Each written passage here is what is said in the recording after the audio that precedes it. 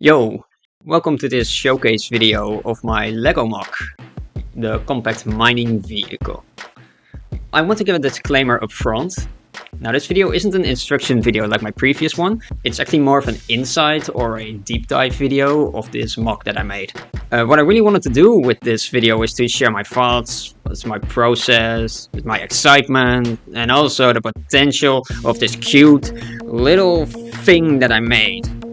So I highly recommend that you check the links in the description below, which lead to the building instructions and to the Bricklink Studio pages, which also includes a parts list in case you want to build one yourself.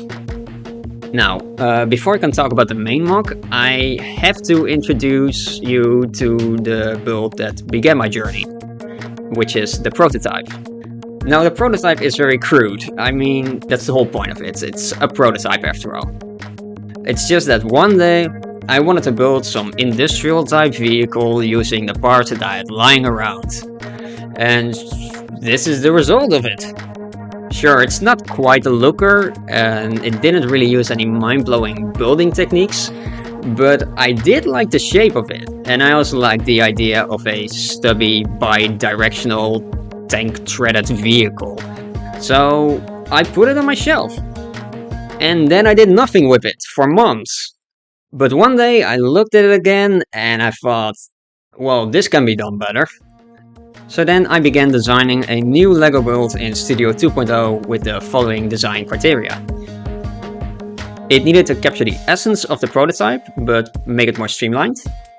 I should try to modernize it by only using parts which are either widespread or came in sets in the last 3 years. And last but not least, I wanted to add some play value to it, because I want to make a build which is more than just a display model. I want to be able to play with it.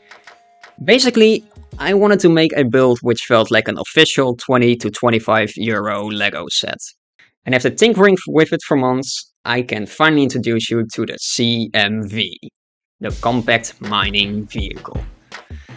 This particular model I named the Stone Striker, and as you can see, it shares the general shape of the prototype. But like the name suggests, it's more compact by being lower and narrower. The parts are also updated and modernized, and it uses a lot more of the tile pieces which come in many modern sets. The color scheme is an homage to the LEGO sub-theme Rock Raiders. I mean, I was making a mining vehicle, I just had to. And I even tried to recreate the brown roll cage pieces by using some fence pieces as window shields. Comparing it to the prototype, it's also smaller on the inside. Opening the canopy reveals the driver's seat, which I put in sideways.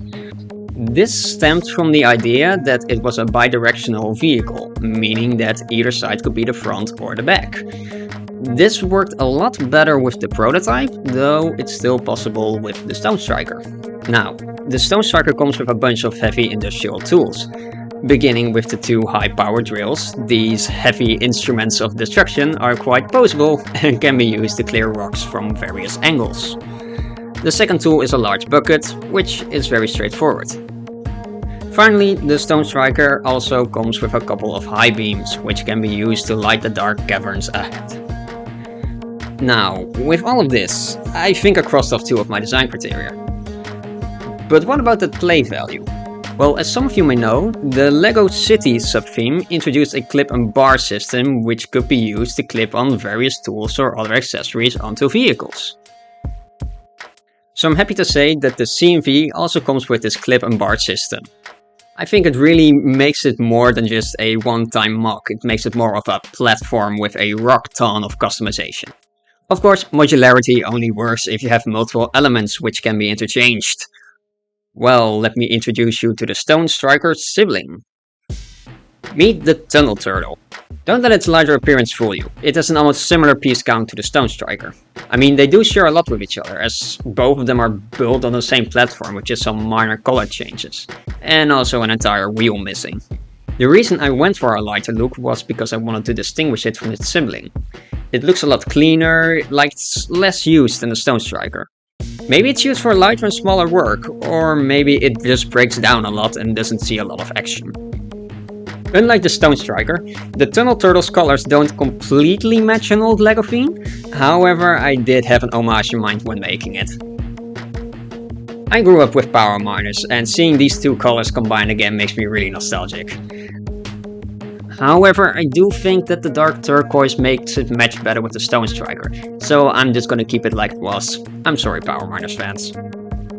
Now, the Tunnel Turtle also comes with a couple of modular tools. The high beams are the same as the Stone Striker, and the small bucket is a lot like the large bucket. The real difference comes with this posable precision drill, which can be used to carve out smaller crystals without collapsing entire cave walls. I'm really happy that I was able to make the Stone Striker and the Tunnel Turtle a reality. I mean, the jump from a digital model to just having them here in front of me is just weird. Now, there was an idea to make a third CMV, nicknamed the Demolition Dozer, but making an entire CMV again just to test these two modules out is a bit over excessive. So I will make these available as separate Bricklink Studio models. You can mount them on a Stone Striker, which gives it a real Firefly from Thunderbird's look.